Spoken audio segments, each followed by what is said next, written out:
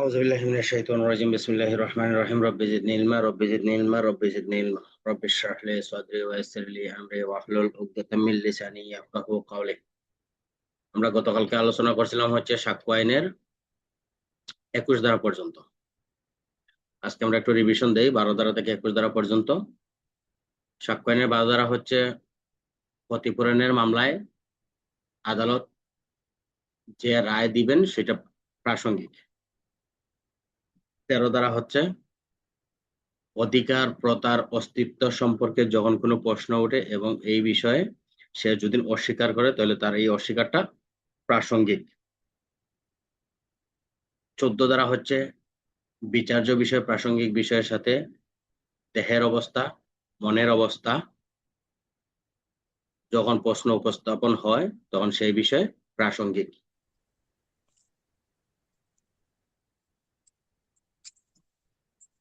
16 ধারা 15 ধারা হচ্ছে কোনো ঘটনা আকস্মিক নাকি ইচ্ছাকৃতভাবে করা হয়েছে সেই বিষয়ে যদি তার ঘৃণা হিংসা বিদ্বেষ এরকম কোনো কিছু প্রকাশ পায় তাহলে সেই ক্ষেত্রে এটা প্রাসঙ্গিক। 15 ধারা। 16 ধারা হচ্ছে ব্যবসার ক্ষেত্রে কোনো রীতিনীতি অস্তিত্ব যখন প্রাসঙ্গিক, অর্থাৎ ব্যবসায়ী যখন তার হিসাবের কাজের সাথে তার ব্যবসার লেনদেনের সাথে নিয়মিত কোনো কাজ করে সেই বিষয়ে প্রাসঙ্গিক। 16 ধারা। 17 ধারা হচ্ছে স্বীকৃতি সংজ্ঞা। দেওয়ানি মামলায় কোনো বিচার্য বিষয় বা প্রাসঙ্গিক বিষয় সম্পর্কে সিদ্ধান্ত গ্রহণের জন্য যে মৌখিক বা লিখিত বিবৃতি প্রদান করা হয় তাকে স্বীকৃতি বলে। সাক্ষ্য আইনের হ্যাঁ করেছিল অনেক ঠান্ডা কথা জানো তুমি আউল কানে কার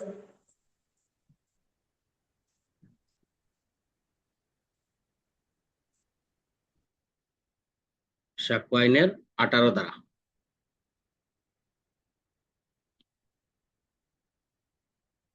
হচ্ছে ব্যক্তি বা তাহার প্রতিনিধি কর্তৃক স্বীকৃতি প্রদান, অর্থাৎ কে কে স্বীকৃতি দিতে পারবেন সেটা হচ্ছে 18 ধারা।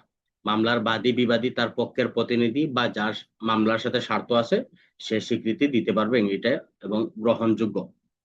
19 ধারা হচ্ছে মামলার পক্ষের সহিত যার সম্পর্ক তা প্রমাণ করতে হবে, অর্থাৎ মামলার কোনো পক্ষ যদি বিপক্ষের বিরুদ্ধে কোনো বিবৃতি দেয় তাহলে তা প্রাসঙ্গিক এবং বিবৃতিদাতার বিরুদ্ধ পক্ষ তা প্রমাণ করতে হবে, অর্থাৎ যার বিরুদ্ধে আপনি বিবৃতি দিলেন ওইটা আপনার বিরুদ্ধ পক্ষ আপনার বিবৃতি প্রমাণ করবে। 19 ধারা। 20 ধারা হচ্ছে মামলার পক্ষ হতে ব্যক্তকৃত স্বীকৃতি।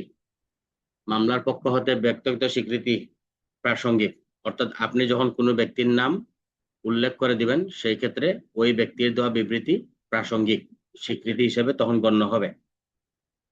সাক্ষ্য আইনের 21 ধারা হচ্ছে যে সকল স্বীকৃতি নিজের পক্ষে ব্যবহার করা হয় তা ব্যতীত 3টি ক্ষেত্রে নিজে প্রমাণ করতে হয়। এক হচ্ছে যদি স্বীকৃতিকারী মারা যায় তাহলে তার প্রতিনিধি বা উত্তরাধিকারী বা তার স্বীকৃতির পক্ষে যারা আছে তারা প্রমাণ করবে 21-1। 2 হচ্ছে তার মানসিক ভাবে যদি সে অসুস্থ হয়ে পড়ে তাহলে সেই ক্ষেত্রে তাও প্রমাণ করতে হবে, অর্থাৎ মানসিক শারীরিক ভাবে যখন অসুস্থ হয় অক্ষম হয়ে পড়ে সেই ক্ষেত্রে এটা স্বীকৃতি দানকারী পক্ষ সেটা প্রমাণ করতে হয়। 21-2। 21-3 হচ্ছে স্বীকৃতি যখন স্বীকৃতি না হয়ে অন্য কোনো ভাবে প্রাসঙ্গিক হয় তখন সেটা প্রমাণ করতে হবে নিজেকেই। এই বিষয়ে কালকে নুরুল ভাই একটা প্রশ্ন করছিলেন, এই প্রশ্নের প্রেক্ষিতে আপনাকে এখন একটা উদাহরণ দেই, আপনি উদাহরণটা ভালো করে মনোযোগ সহকারে শুনুন। এটা মূল বইয়ের উদাহরণ।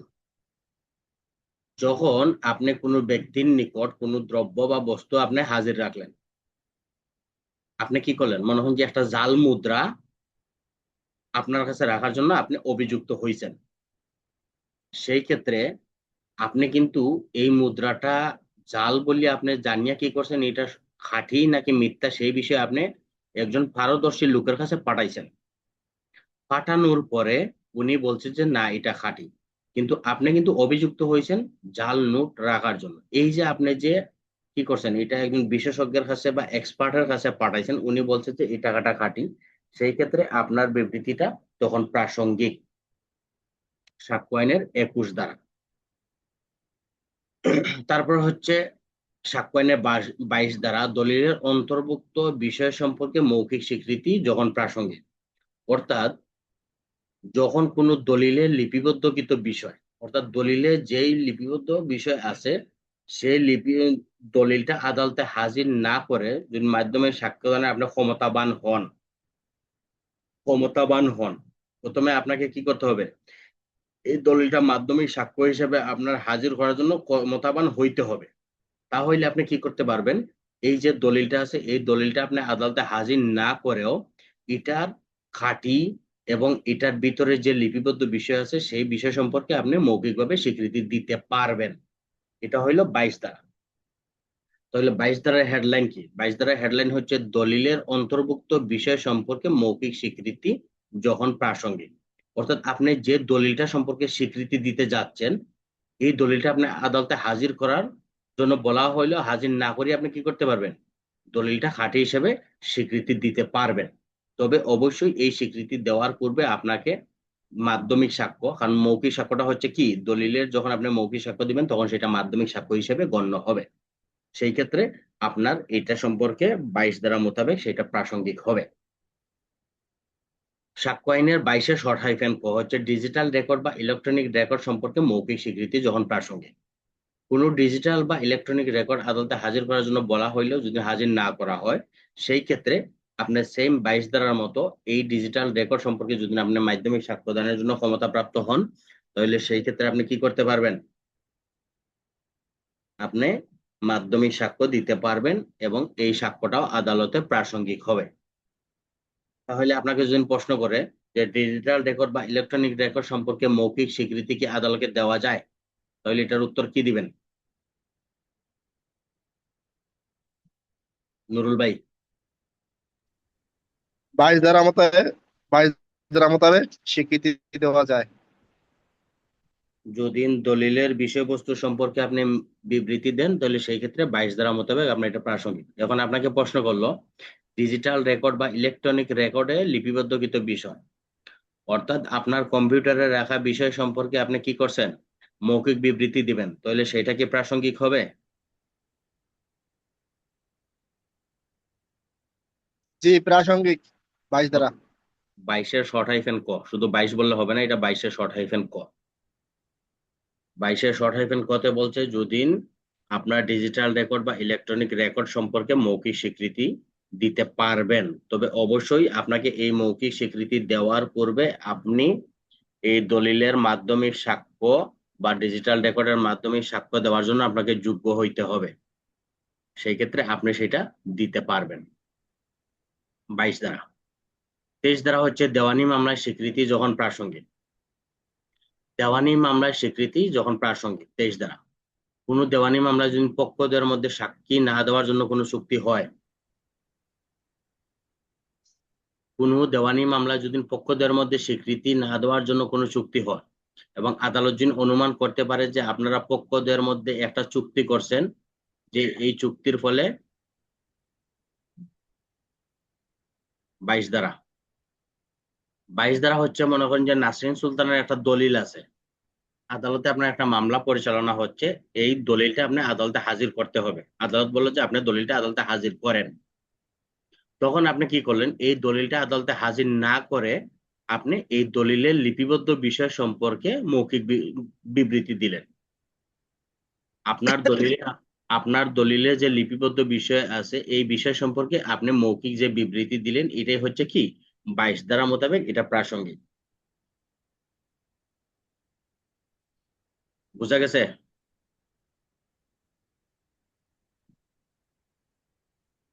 যখন আপনি নাসরিন সুলতানের একটা দলিল আপনার কাছে আছে, এই দলিলটার মালিক হচ্ছেন আপনি নিজে, যখন আদালত বলছে যে আপনি এই দলিলটা আদালতে হাজির করে এই সম্পর্কে আপনি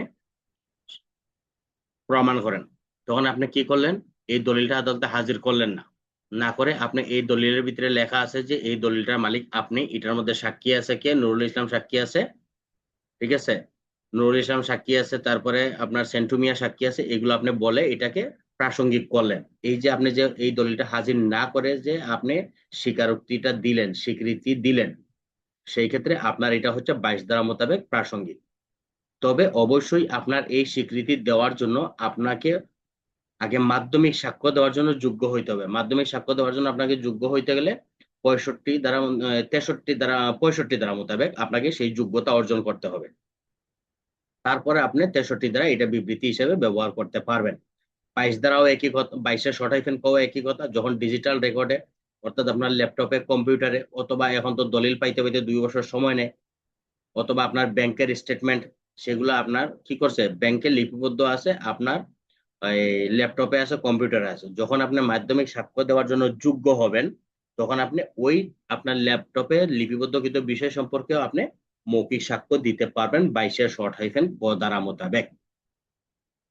তাহলে ডিজিটাল রেকর্ড এবং ইলেকট্রনিক রেকর্ড সম্পর্কে যখন মৌখিক স্বীকৃতি প্রাসঙ্গিক হবে, এটা হচ্ছে 22-এর শর্ট হাইফেন ক ধারা।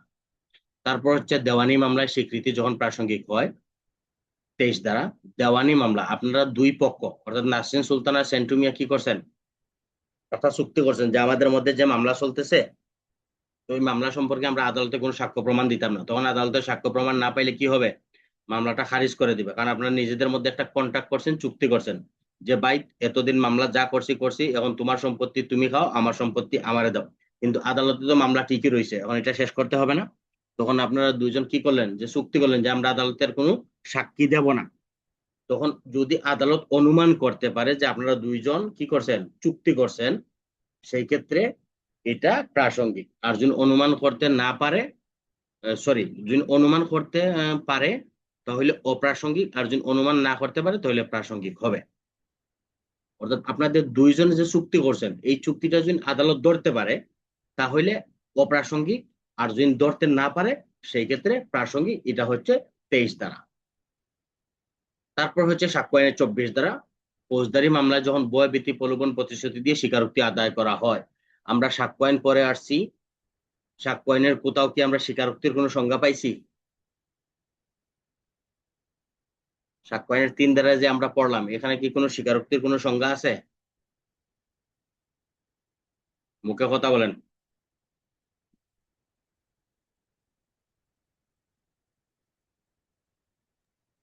নাই স্যার, নাই। আপনাদের কথা বলতে কি এত সময় লাগে? কথা বললে তো, সময় লাগাইলে তো সময় আপনাদেরই যাবে। পরে দেখা যাবে 2-3টা ধারা পড়িয়ে আমাদের ক্লাস শেষ করতে হয়। সবাই কথা বলবেন, যারাই অফ মোডে আছেন। সবাই তো অফ মোডে আছেন, সে কি করতেছেন না করতেছেন সেটা তো আপনারাই ভালো জানেন। তো মনে হয় যে আপনারা যখন ভিডিও মোডে থাকবেন তখন কি হবে, পড়ার প্রতি আগ্রহ থাকবে। আর অফ মোডে সবাই রাইখা মনে করেন যে কেউ গান শুনতেছেন, কেউ ওই ক্যারাম খেলতেছেন, এগুলা করতেছেন, তখন দেখা যায় যে পড়ার প্রতি কোনো মনোযোগ থাকে না। এই জন্য সবাই চেষ্টা করবেন যে ভিডিও মোডে থাকার জন্য, তাহলে পড়ার প্রতি আগ্রহ থাকবে। তাহলে স্বীকারোক্তির মূলত কোনো সংজ্ঞা নাই। তবে ফৌজদারিতে বলা আছে, ফৌজদারির 164-তে বলা আছে, যখন আসামি তার নিজের দোষ স্বীকার করে আদালতের নিকট যে স্বীকারোক্তি প্রদান করে, ঠিক আছে, সেটাই হচ্ছে দোষ স্বীকারোক্তি। 164 দ্বারা যখন আসামি তার নিজের দোষ স্বীকার করে ম্যাজিস্ট্রেটের নিকট যে বিবৃতি প্রদান করে, তখন তাকে দোষ স্বীকারোক্তি বলে। ফৌজদারি কার্যবিধি আইনের 164 দ্বারা লিপিবদ্ধ করবে 364 দ্বারা মোতাবেক। কিন্তু সাক্ষ্য আইনে স্বীকারোক্তির কোনো সংজ্ঞা দেওয়া নাই।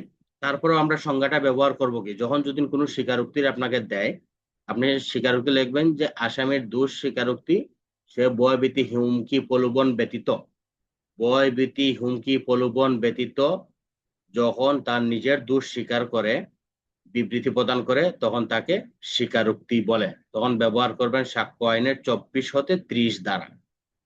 এখানে আপনি 24, 25, 26 এগুলা বলার সুযোগ নেই, সরাসরি লিখবেন সাক্ষ্য আইনের 24 হতে 30 দ্বারা। তাহলে এখন আমরা 24 দ্বারা কি পড়বো?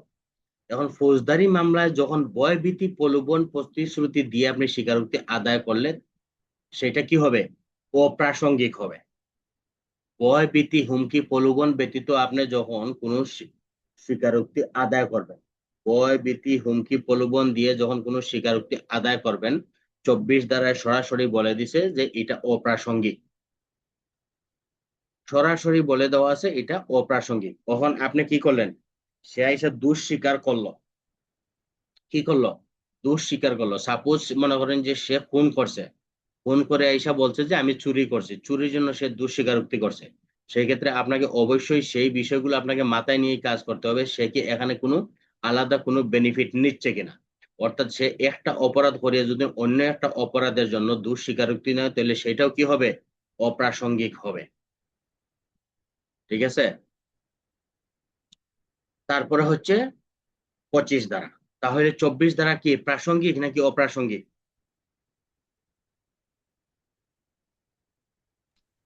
অপ্রাসঙ্গিক। অপ্রাসঙ্গিক। আর 25 ধারা হচ্ছে পুলিশের নিকট কোনো অভিযুক্ত যদি দোষ স্বীকার করে তাহলে সেটা অপ্রাসঙ্গিক। পুলিশের নিকট যদি কোনো দোষ স্বীকার করে তাহলে সেটা অপ্রাসঙ্গিক। এটা 25 ধারায় সরাসরি বলে দিছে। কারণ পুলিশে আপনি কি করবেন, ভয়ভীতি হুমকি প্রলোভন দেখাইয়া বা আপনি আইনের ক্ষমতা দেখাইয়া আসামিকে নিকট যে স্বীকারোক্তি আদায় করলেন সেটা সরাসরি বলে দিছে যে এটা 25 ধারা মোতাবেক অপ্রাসঙ্গিক, অর্থাৎ পুলিশের নিকট দেওয়া স্বীকারোক্তির কোনো মূল্য নাই সাক্ষ্য আইনের 25 ধারা। তাহলে সাক্ষ্য আইনের 25 ধারা এটা কি প্রাসঙ্গিক নাকি অপ্রাসঙ্গিক? অপ্রাসঙ্গিক। কোন ক্ষেত্রে অপ্রাসঙ্গিক? পুলিশের নিকট স্বীকারোক্তি দিলে তা অপ্রাসঙ্গিক। হ্যাঁ, সঠিক। তারপরে হচ্ছে 26 ধারা। সাক্ষ্য আইনের 26 ধারা হচ্ছে পুলিশ হেফাজতে থাকা ব্যক্তি যদি ম্যাজিস্ট্রেটের উপস্থিতিতে স্বীকারোক্তি দেয় তাহলে সেই ক্ষেত্রে এটা প্রাসঙ্গিক। 26 ধারা হচ্ছে যদি ম্যাজিস্ট্রেটের সামনে পুলিশের নিকট কোনো স্বীকারোক্তি দেয় তাহলে সেটা প্রাসঙ্গিক, আর যদি ম্যাজিস্ট্রেটের সামনে না দেয় তাহলে সেই ক্ষেত্রে অপ্রাসঙ্গিক। তাহলে 26-এর একটাই বলছে প্রাসঙ্গিক আর একটাই বলছে অপ্রাসঙ্গিক। তাহলে আপনি সেটাকে মাথায় রাখতে হবে যে 25-এ সরাসরি না করছে পুলিশের নিকট দেওয়া যাবে না, আবার 26-এ বলছে দেওয়া যাবে, এবং সেটা প্রাসঙ্গিক হবে কখন? যদি সেটা পুলিশে ম্যাজিস্ট্রেটের উপস্থিতিতে হয় সেই ক্ষেত্রে এটা প্রাসঙ্গিক হবে 26 ধারা। আর যদি ম্যাজিস্ট্রেটের উপস্থিত না হয় তাহলে সেটা অপ্রাসঙ্গিক, সেটাও 26 ধারা। তাহলে আমরা এখন যে প্রাসঙ্গিক পাইলাম কয় ধারায়? এই 24 থেকে 26 পর্যন্ত প্রাসঙ্গিক পাইলাম কয় ধারায়? 26 ধারায় প্রাসঙ্গিক পাইলাম। আর অপ্রাসঙ্গিক পাইলাম কয় ধারায়? 24, 25, 26। ঠিক আছে। তাহলে আমরা অপ্রাসঙ্গিক পাইলাম হচ্ছে 24, 25, 26। আবার 26-এ বলছে প্রাসঙ্গিক যদি সেটা ম্যাজিস্ট্রেটের উপস্থিতিতে হয়। তারপর হচ্ছে সাক্ষ্য আইনের 27 ধারা।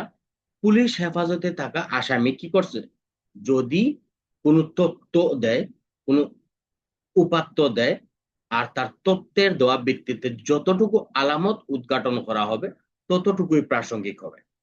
এখন সে একটা বিবৃতি দিল যে আমি একজন ব্যক্তিকে খুন করছি, সে বিবৃতি দিল।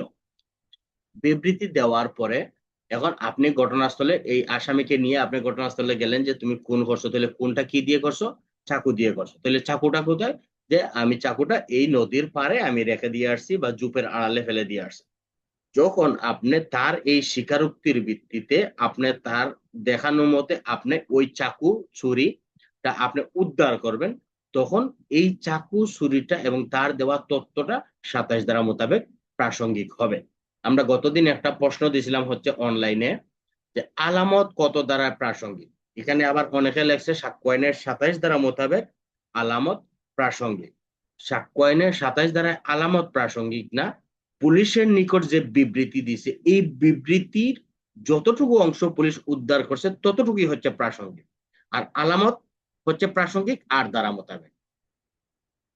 আলামত প্রাসঙ্গিক হচ্ছে 8 ধারা মোতাবেক, আর এই 27 ধারাটা হচ্ছে পুলিশের নিকট যে বিবৃতিটা দিছে এই বিবৃতির দেওয়ার ভিত্তিতে আপনি যতটুকু যতটুকু পাত্য যতটুকু আলামত আপনি উদ্ধার করছেন ততটুকুই শুধু প্রাসঙ্গিক হবে 27 ধারা মোতাবেক।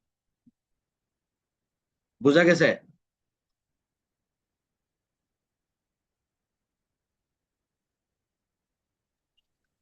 স্যার এখানে যে বললেন যে আলামত প্রাসঙ্গিক, তাহলে সাক্ষ্য আইনে 8 দ্বারা আলামত প্রাসঙ্গিক। সঠিক। আর হচ্ছে গিয়া ওই যে পুলিশ হেফাজতে থেকে আসামি যে রিমান্ডে নেওয়ার পরে যে তথ্য দেয় যে অমুক জায়গার অমুক মোড়ে অমুক স্থানে এই জিনিসটা পাওয়া যায় বা অমুক স্থানে আমরা এটা করছিলাম পাওয়া যেতে পারে, তখন ওইটা প্রাসঙ্গিক।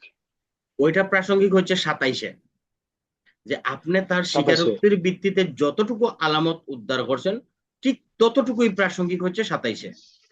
মনে হয় যে সে বললো যে আমি খুন করছি, হ্যাঁ আপনি খুন করছেন ভালো জিনিস, কি দিয়ে খুন করছেন? চাকু দিয়ে খুন করছেন। তাহলে চাকুটা কোথায়? চাকুটা আমার এই যে আমার বাড়ির অমুক জায়গায় রাখা আছে বা নদীর পাড়ে রাখা আছে বা জুপের আড়ালে রাখা আছে, আপনি যখন তার বিবৃতির ভিত্তিতে এই আলামতটা উদ্ধার করতে পারবেন, শুধু এতটুকুই প্রাসঙ্গিক হবে হচ্ছে 27 ধারা মোতাবেক। স্যার স্যার 8 ধারায় তো 26 জি বলছে নুরুল ভাই উদ্দেশ্য, বলেন। পূর্ব আচরণ, পরের আচরণ। উদ্দেশ্য পূর্বের আচরণ পরের আচরণ, ওই তো ক্লাসে যে মিস করবেন, পরে এসে বলবেন যে স্যার এটা তো 8 ধারা বলছে উদ্দেশ্য পূর্বের আচরণ পরের আচরণ। উদ্দেশ্য পূর্ব প্রস্তুতি, উদ্দেশ্য পূর্ব প্রস্তুতি পরের আচরণ হচ্ছে প্রাসঙ্গিক। এখন আপনি কি উদ্দেশ্য নিছেন হত্যা করার জন্য, ঠিক আছে নি? জি। প্রস্তুতি নিছেন খুন করার জন্য।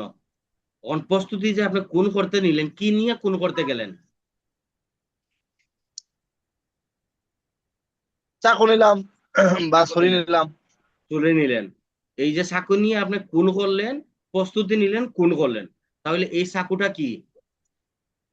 এটা আপনার প্রস্তুতি না? জি, প্রস্তুতি। তাহলে প্রস্তুতি কত দ্বারা প্রাসঙ্গিক? 8 ধারায়। প্রস্তুতি 8 ধারা, 8 ধারা প্রাসঙ্গিক। হ্যাঁ, তাহলে 8 ধারা যদি আপনি নিজেই বলতেছেন 8 ধারায় প্রাসঙ্গিক, তো আবার আমারে প্রশ্ন করতেছেন কেন? 8 ধারাই প্রাসঙ্গিক। বুঝা গেছে?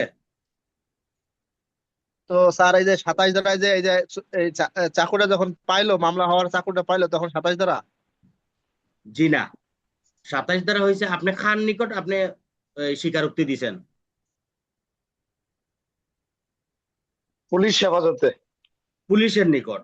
আর এই পুলিশে কি করছে? চাকুটা উদ্ধার করছে। এখন এই যে আপনি পুলিশের কাছে দিয়েছেন এবং পুলিশ চাকুটা উদ্ধার করছে, এই যে পুলিশের কাছে দেওয়ার কারণে আর পুলিশ চাকুটা উদ্ধার করার কারণে এইটুকুই, এই 27টাই তখন প্রাসঙ্গিক। বুঝা গেছে? স্যার মামলা হওয়ার পরে হুম। যখন এটা এই আলামত হিসেবে ইয়া করবে, এই এটা দেখাবে, তখন এটা কত ধারা মোতাবেক প্রাসঙ্গিক? আলামত যদি সিঙ্গেল আলামত হয় তাহলে 8 প্রাসঙ্গিক, সিঙ্গেল আলামত। আর পুলিশ, আমি পুলিশ অফিসার হিসেবে এটা প্রমাণ করব কত দ্বারায়? আমি প্রমাণ করব 27 দ্বারায়। বুঝছেন? আর 25-এ তো বলছে যে পুলিশের নিকট স্বীকারোক্তি দেওয়া যাবে না। দুটোই দিলে হবে নাকি একটা একটা করে দিতে হবে? 25-এ বলছে পুলিশের নিকট স্বীকারোক্তি দেওয়া যাবে না। 26-এ বলছে পুলিশের নিকট দিতে পারবেন ম্যাজিস্ট্রেটের উপস্থিতিতে, আর ম্যাজিস্ট্রেট না থাকলে সেটা দিবেন না। আর 27-এ বলছে আপনি পুলিশের নিকট দিছেন, আপনার দেওয়ার প্রেক্ষিতে পুলিশ কি করছে? এই চাকুটা উদ্ধার করছে, রশিটা উদ্ধার করছে, পিস্তলটা উদ্ধার করছে। এখন আমি যে উদ্ধার করলাম, আমি এটা প্রমাণ করব হচ্ছে 27-এ, যে সে আমাকে বলছে বিধায় আমি এটা পাইছি, সে না বললে তো আমি পাইতাম না। ঠিক আছে? তাহলে স্যার আলামত সাক্ষ্য 8 ধারা। হ্যাঁ, আলামতের প্রাসঙ্গিক হচ্ছে 8 ধারায়। আলামত, আলামতের প্রাসঙ্গিক হচ্ছে 8 ধারায়। আপনি ওই দিন ক্লাসে ছিলেন না, দ্বিতীয় ক্লাসে?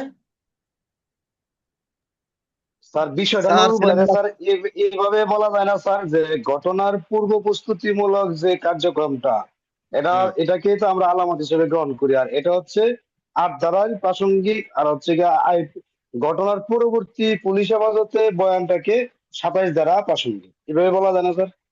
এইভাবে আপনি কিভাবে বলবেন? আপনাকে এভাবে প্রশ্ন স্যার কই, এই যে এখন আপনাকে প্রশ্ন দিল, আপনি প্রশ্নের মধ্যে থাকেন, ঠিক আছে? আপনি বাস্তবে ঢুকেন না, আপনি প্রশ্নের মধ্যে থাকেন। আপনাকে এক্সামিনার প্রশ্ন করলো হচ্ছে যে পুলিশ অফিসারের নিকট দেওয়া স্বীকারোক্তির ভিত্তিতে পুলিশ অফিসার ঘটনার সাথে বা বিচার্য বিষয়ের সাথে সম্পৃক্ত আলামতটা উদ্ধার করে। পুলিশ অফিসারের নিকট স্বীকারোক্তির ভিত্তিতে পুলিশ অফিসার উক্ত ঘটনার সাথে সম্পৃক্ত আলামতটি উদ্ধার করে, তাহলে সেইটার প্রাসঙ্গিকতা কতটুকু, কত দাঁড়ায়? তাহলে আপনি উত্তর কি দিবেন? এটা স্যার এটা 27 ধারা। প্রাসঙ্গিক ধারা 27 এটা ধারা। দিবেন 27 দ্বারা। আপনাকে এখন প্রশ্ন করলো যে বিচার্য বিষয়ের সাথে সম্পৃক্ত একটা আলামত পাওয়া গেল, এই আলামতটা প্রাসঙ্গিক কত দাঁড়ায়? 8 ধারায়। 8 দাঁড়ায়। আপনাকে প্রশ্ন দিল যে একটা আলামত সম্পর্কে বিশেষজ্ঞের মতামত নেবেন, কত দাঁড়ায়? 8 ধারায়। জি না, 45 দাঁড়ায়। সরি স্যার, 27 ধারা। 45, ওটা তো 45 জানি না। দাঁড়ায়। এই আলামতেরই বিশেষজ্ঞর মতামত দিবেন হচ্ছে 45 দ্বারা। যেমন আলামতটা হচ্ছে কি একজন একজনকে দর্শন করছে, তার জামা কাপড়ের মধ্যে বীর্যের দাগ আছে, এটার সাক্ষ্য কি আপনি দিতে পারবেন? না স্যার, এটা ওই যে এটার জন্য বই ফরেন্সিকের পাঠাইতে মাধ্যমে হবে, দিতে হবে, এটা পাঠাইতে হবে ল্যাবে মেডিকেলে, পাঠাতে হবে। ফরেন্সিকে। তখন ওই ফরেন্সিক জি, যখন এই আলামতের রিপোর্ট দিবে তখন এটা বিশেষজ্ঞ না? জি স্যার, অবশ্যই। এই জন্যই বাস্তবের সাথে কখনো মিলাইতে যাবেন না। বইয়ের খাতায় কি প্রশ্ন আসে ওই প্রশ্ন দিয়ে উত্তর দিবেন, ঠিক আছে? প্রত্যেকটা আইন হচ্ছে ভিন্ন ভিন্ন, প্রত্যেকটা আইনের ভিন্ন ভিন্ন আলোচনা। এখন আপনি যদি একটার সাথে আরেকটার সম্পর্ক করতে যান, সেই ক্ষেত্রে আপনি ধরতে পারবেন না। কারণ কি, এক্সামিনার তো আপনাকে বাস্তবতা দিয়ে আপনাকে প্রশ্ন করবে না। এক্সামিনার প্রশ্ন করবে যে আপনি যখন একটা বাস্তব পরিস্থিতির মধ্যে পড়বেন, তখন আপনি এটাকে কিভাবে হ্যান্ডেলিং করবেন, সেইটার উপরে আপনাকে প্রশ্ন করবে। বোঝা গেছে? স্যার জি তাহলে স্যার। আসামির নিকট স্বীকারোক্তি দিয়ে যদি কোনো আলামত পাওয়া যায় তাহলে 27 ধারা মোতাবেক প্রাসঙ্গিক। জি, আর আর যদি এমনি আলামত পাওয়া যায় তাহলে 8 ধারা অনুযায়ী প্রাসঙ্গিক। সঠিক। ঠিক আছে স্যার। হ্যাঁ, ক্লিয়ার। ঠিক আছে। এখন হলো সাক্ষ্য আইনে 28 ধারা। 28 ধারা হচ্ছে 24 ধারার ঠিক উল্টা, ব্যতিক্রম। 24 ধারা বলছে যখন কোনো আসামিকে আপনি ভয়ভীতি হুমকি প্রলোভন দিয়েছেন তখন সেটা অপ্রাসঙ্গিক। কিন্তু 28-এ কি বলছে, আপনি যখন 24-এ ভয়ভীতি হুমকি প্রলোভন প্রতিশ্রুতি ব্যতীত কোনো স্বীকারোক্তি দিবে তখন সেটা 28 ধারায় প্রাসঙ্গিক। যখন তার আর কোনো ভয় নাই, কোনো কিছু নাই, নির্ভয়ে সে যখন কোনো স্বীকৃতি দিবে, বিবৃতি দিবে, তখন সেটা হচ্ছে 28 ধারা মোতাবেক প্রাসঙ্গিক। বোঝা গেছে? স্যার, এখানে যে আদালত যদি মনে করে যে তার এখন আর ভয় নাই, কারণ হুম, পূর্বে আমরা আপনি বললে আসছেন যে 24-এ ভয় ভীতি দেখায়া এই সাক্ষ্য দিছে, এটা প্রাসঙ্গিক হবে না হুম, স্বীকারোক্তি আদায় করলে। আর সে হুম, যদি আদালতে দাঁড়ায় বলে যে না, আমাকে কোনো ভয় ভীতি দেখানো হয় নাই, আমি আদা- সব সজ্ঞানে স্বইচ্ছায় প্রকাশ করছি, হুম।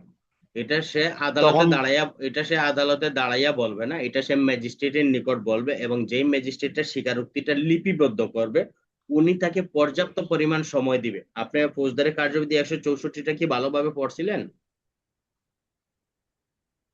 উম, হালকা বলছিলাম স্যার, এই জন্য হালকা এই যে বলছিলাম। আমরা যে ফৌজদারি শেষ করছি, এরপরে কি আপনারা কেউ কি একবার নিজে থেকে কি রিভিশন দিছিলেন আজ না স্যার, পর্যন্ত? সত্যি বলতে এই দেন, 2 মাসে, মিথ্যা কথা বলা লাভ নাই। কি আপনারা নিজে থেকে কি একবার রিভিশন দিছিলেন? দেন নাই। আমি যেই প্রশ্নগুলো দিছি শুধু আপনারা সেই প্রশ্নগুলোর উত্তর জাস্ট খালি পেস্ট করছেন, কারণ আপনারা জানেন যে স্যার তো আমাদের ধারাবাহিকভাবে প্রশ্ন দিচ্ছে, তাহলে এর বাইরে তো আর স্যার কোনো প্রশ্ন দিবে না, তাই না? তো আপনারা এটাই শুধু জাস্ট খালি কপি করছেন, কিন্তু আপনারা আজ পর্যন্ত আপনাদের পদোন্নতি নেওয়ার জন্য আপনারা যে যে পরিশ্রমটা করা দরকার সেই পরিশ্রম আপনারা করতেছেন না, ঠিক আছে? অতএব আপনারা যে কতটুকু পদোন্নতির জন্য পরিশ্রম করতেছেন বা কতটুকু আপনারা পদোন্নতির জন্য যোগ্য, সেটা আপনি নিজেরাই বিচার বিশ্লেষণ করেন, সেটা অন্যের উপর চাপাই দেওয়ার কোনো দরকার নাই, ঠিক আছে? পরিশ্রম ছাড়া ভাই পদোন্নতি হয় না, ঠিক আছে? যদিও আমার কথাগুলো খুবই হার্ড লাইনে হচ্ছে, কিন্তু পরিশ্রম ব্যতীত পদোন্নতি কেউ পায় না। যারাই পদোন্নতি পাইছে আপনি গিয়ে দেখেন তারা কতটুকু পরিশ্রম করতেছে, ঠিক আছে?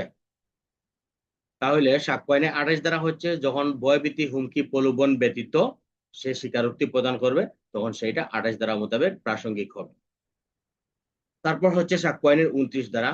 স্বীকারোক্তি যখন অন্যভাবে প্রাসঙ্গিক হয়, স্বীকারোক্তি যখন অন্যভাবে প্রাসঙ্গিক হয় তখন শুধু গোপনীয়তার প্রতিশ্রুতিতে এই স্বীকারোক্তি অপ্রাসঙ্গিক হবে না। এখন আপনি বলবেন স্যার তাহলে গোপনীয়তা, আগে তো বললেন যে 24-এ গোপনীয়তা অর্জন করা যাবে না, তাহলে সেটা কিভাবে হবে? প্রশ্ন আসে কিনা? আচ্ছা স্যার। তাহলে এখন আপনি মনে করেন যে একটা ফৌজদারি মামলার আইও, এখন আসামি কি করছে, সে মাতাল অবস্থায় আছে, আপনি আসামির সাথে গল্পে গল্পে তারে জিজ্ঞাসা করতেছে, তখন সে মনে হয় যে গল্পের তালে তালে আপনাকে বলে দিছে, গল্পের তালে তালে আপনাকে সত্যটা বলে দিছে, তখন এই যে গল্পের তালে তালে আপনাকে যে সত্যটা বলছে তখন সেটা কিন্তু প্রাসঙ্গিক হয়ে যাবে 29 ধারা। কথা বুঝছেন? স্যার, সে তো স্যার মাতাল ছিল না স্যার।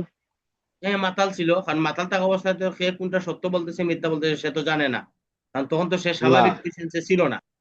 কিন্তু জি, আমি তো ঠিকই আমি এই ঘটনার সাথে আমি স্বীকারোক্তিটা পাইয়ে গেছে, কারণ সে তো বলছে যে এটা সে নিজেই অপরাধটা ঘটাইছে। কারণ সে তো কি কয়, মানে অপরাধী আসামি। সে বা, তো হচ্ছে জি, সে তো হচ্ছে আসামি। তো আমি তো আসামিকে যখন মডিফাই করব, আমার তো মূল কাজটা হচ্ছে কি, যে আসামির কাছ থেকে আমার তথ্যটা নেওয়া। এখন মানুষ তো মাতাল যখন থাকে তখন কিন্তু সে তার স্বাভাবিক জ্ঞান বুদ্ধিতে থাকে না। তখন সে কোনটা সত্য না, বলতেছে আর কোনটা মিথ্যা বলতেছে, কোনটা তার পক্ষে বলতেছে কোনটা তার বিপক্ষে বলতেছে, সে ওই অবস্থায় থাকে না। কিন্তু আমি তো জানি যে আমি তারে কি জন্য প্রশ্ন করছি। যেহেতু আমি আমার প্রশ্নের উত্তরটা পাই গেছি, সেই ক্ষেত্রে আমি তার বিরুদ্ধে এটা প্রাসঙ্গিক হয়ে যাবে 29 ধারায়। ঠিক আছে। জি স্যার, তাহলে স্বীকারোক্তি যখন অন্যভাবে প্রাসঙ্গিক হয়, কেবল গোপনীয়তা প্রতিশ্রুতির কারণে সেটা অপ্রাসঙ্গিক হবে না। আসামি মাতাল হোক আর তার মধ্যে প্রতারণার মাধ্যমে করা হোক, তার গল্পের তালে তালে বললাম, আরে তুমি আমার কাছে বললে এটা কোনো সমস্যা হবে না, বলে দাও, আমি তো আর কারোর কাছে বলবো না। তখন সে আমার সাথে গল্পের তালে তালে বলে দিল। এই যে বলে দিল, তখন তো আমার এটা প্রাসঙ্গিক হয়ে যাবে 29 ধারা মোতাবেক।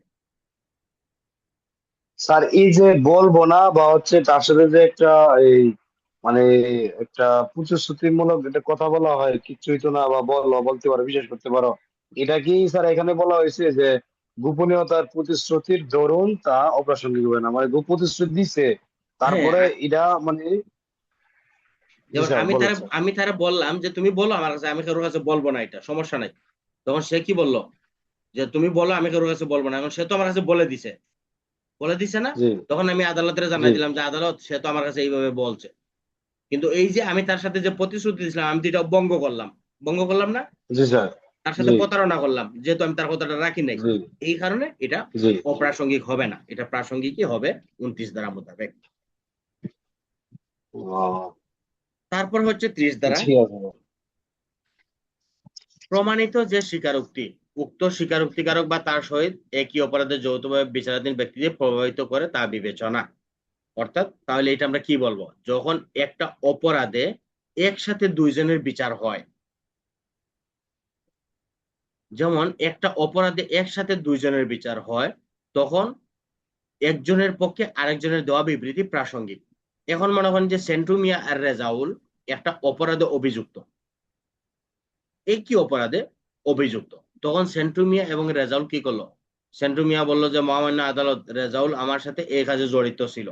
তখন এই সেন্টু মিয়ার বলাটা প্রাসঙ্গিক। এখন সেন্টু মিয়া হয়েছে এক মামলার আসামি, আর রেজাউল হয়েছে অন্য মামলার আসামি বা অন্য ঘটনার সাথে তার জড়িত, কিন্তু এই মামলায় সে নাই। এখন যদি সেন্টু মিয়া বলে যে মহামান্য আদালত, রেজাউল আমার সাথে এটার সাথে জড়িত, তাহলে তার এই স্বীকারোক্তি প্রাসঙ্গিক হবে না।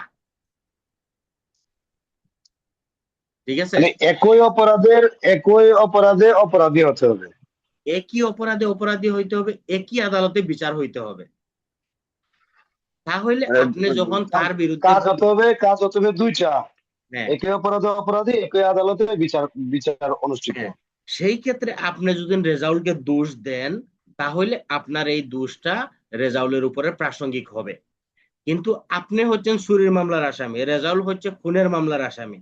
তখন আপনি চুরি মামলার আসামি রেজাউলকে বললেন যে আদালত, ওই মামলার রেজাউল, এর সাথে আমার জড়িত এটা, তাহলে সেটা প্রাসঙ্গিক হবে না। জি স্যার, তাহলে এগুলা ওই একই অপরাধের অপরাধী বিচার একই আদালতে হয়, চুরি, ডাকাতি, ধর্ষতা, ধর্ষণ, এই ক্ষেত্রে বা হত্যা। হ্যাঁ, অর্থাৎ আপনার একই অপরাধের জন্য একই আদালতে বিচার হইতে হবে, তাহলে সেই ক্ষেত্রে এটা প্রাসঙ্গিক হবে। তাহলে এখন আমরা আজকে যে পড়লাম হচ্ছে এই 22 হতে 30 পর্যন্ত। এখন আমরা মূল দ্বারা হচ্ছে 24 থেকে 30, এর মধ্যে আপনি প্রাসঙ্গিক দ্বারা পাইলেন কয়টা আর অপ্রাসঙ্গিক দ্বারা পাইলেন কয়টা? অপ্রাসঙ্গিক পাইছি হচ্ছে 24, 25, আর প্রাসঙ্গিক পাইছি 26, আবার হচ্ছে গিয়া এই আবার 29-এ পাইছি হচ্ছে প্রাসঙ্গিক, 28-এ পাইছি প্রাসঙ্গিক। অপ্রাসঙ্গিক তাহলে হইল চারটা, 24, 24, 25, 25, 26, 30 অপ্রাসঙ্গিক। আবার প্রাসঙ্গিক হইল 26, 27, 28, 29, 30।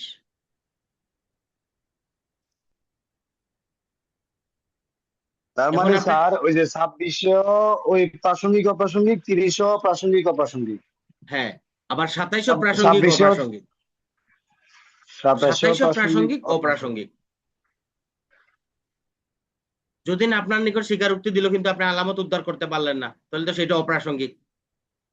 আপনার জি নিকট স্যার। স্বীকারোক্তি দিল, আপনি আলামত উদ্ধার করতে পারলেন, সেটা প্রাসঙ্গিক। 27, 26 ম্যাজিস্ট্রেটের উপস্থিতিতে দিছে প্রাসঙ্গিক, ম্যাজিস্ট্রেটের অনুপস্থিতিতে অপ্রাসঙ্গিক। 30 একই আদালতে একই অপরাধে বিচার্য প্রাসঙ্গিক, একই আদালতে ভিন্ন অপরাধে বিচার্য অপ্রাসঙ্গিক। বুঝা গেছে? আর ডাইরেক্ট প্রাসঙ্গিক হচ্ছে শুধু 28 আর 29। 29। তাহলে আপনার প্রাসঙ্গিক দিবেন হচ্ছে 26, হাজির থাকলে 27, উদ্ধার করলে 28, প্রতিশ্রুতি ব্যতীত হইলে 29, প্রতিশ্রুতি প্রতারণার মাধ্যমে হইলে সেটা প্রাসঙ্গিক। 30 যদি একই অপরাধে হয় তাহলে প্রাসঙ্গিক।